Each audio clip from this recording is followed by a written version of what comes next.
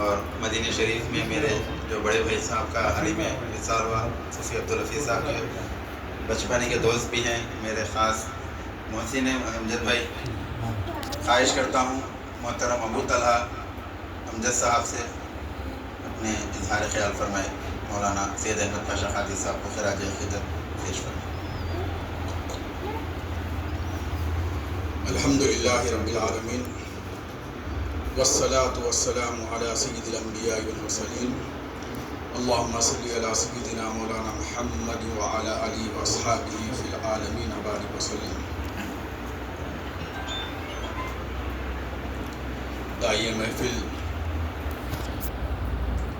جناب عبدالقادر ثانی صاحب، محترم حافظ مظفر حسین صاحب، نگران جلسہ حضرت مہران مولانا محمود باشا قادری صاحب زرین بلا،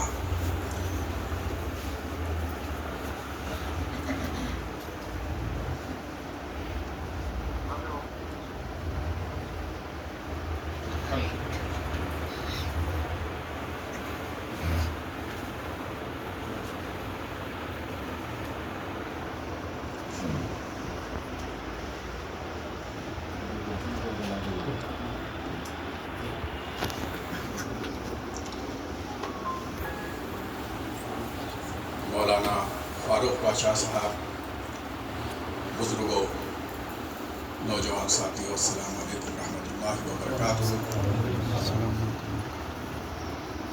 آج ہم سرزمین دکن کی ایک تاریخ ساز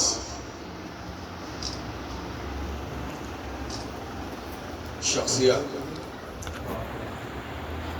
جو دکن کے بزرگوں، نوجوانوں، معصوم بچوں، علماء اکرام، مشائخین عظام، شہ سواران سیاست سب کے درمیان میں جو یکساں مقبول اور ان کے دلوں میں اپنا ایک مقام رکھنے والی شخصیت مقبول ملت حضرت مولانا سید احمد پاشا قادری صاحب زرین بلا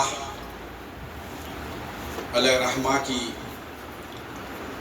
یاد میں یہاں پر جمع ہوئے ہیں۔ عزیزان گرامی، محترم احمد پاشا قادری صاحب نور اللہ مرقدہ کو مرحوم کہتے ہوئے ہماری زبان لرزا جاتی ہے، دل تڑپ جاتا ہے۔ تقریباً 30 سال کا عرصہ پاشا سے قریب رہنے کا موقع ملا۔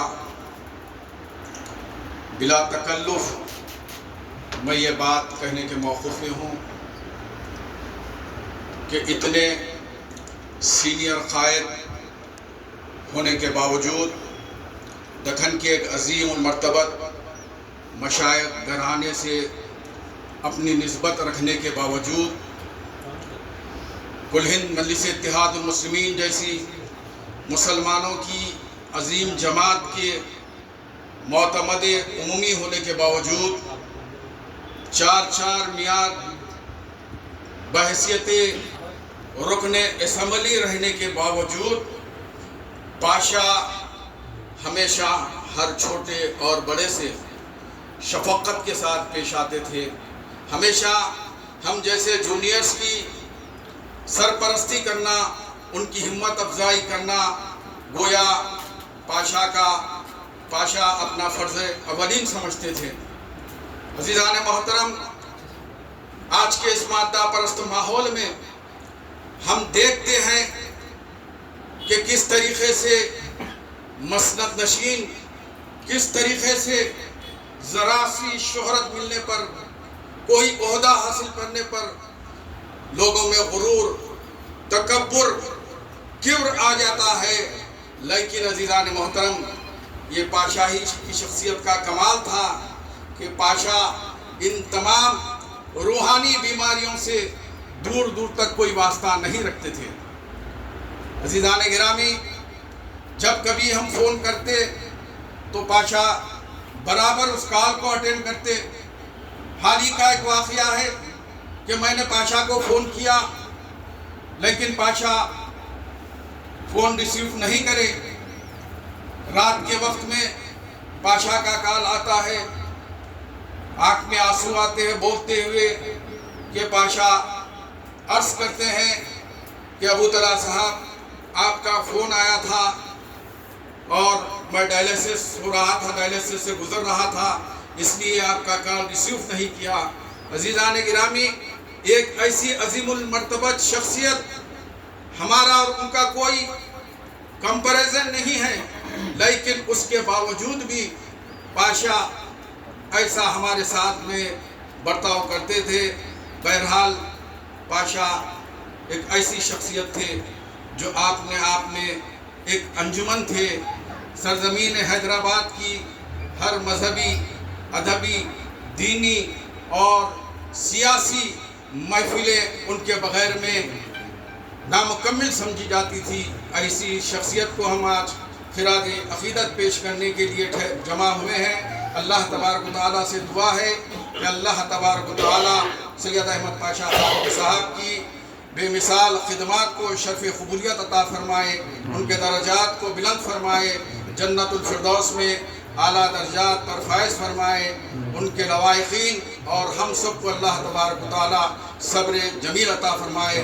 ربنا تقبل منا انک انت السمیع العلیم وتب علینا انک انت التواب الرحیم وآخر الدعوانا الحمد للہ رب العالمین۔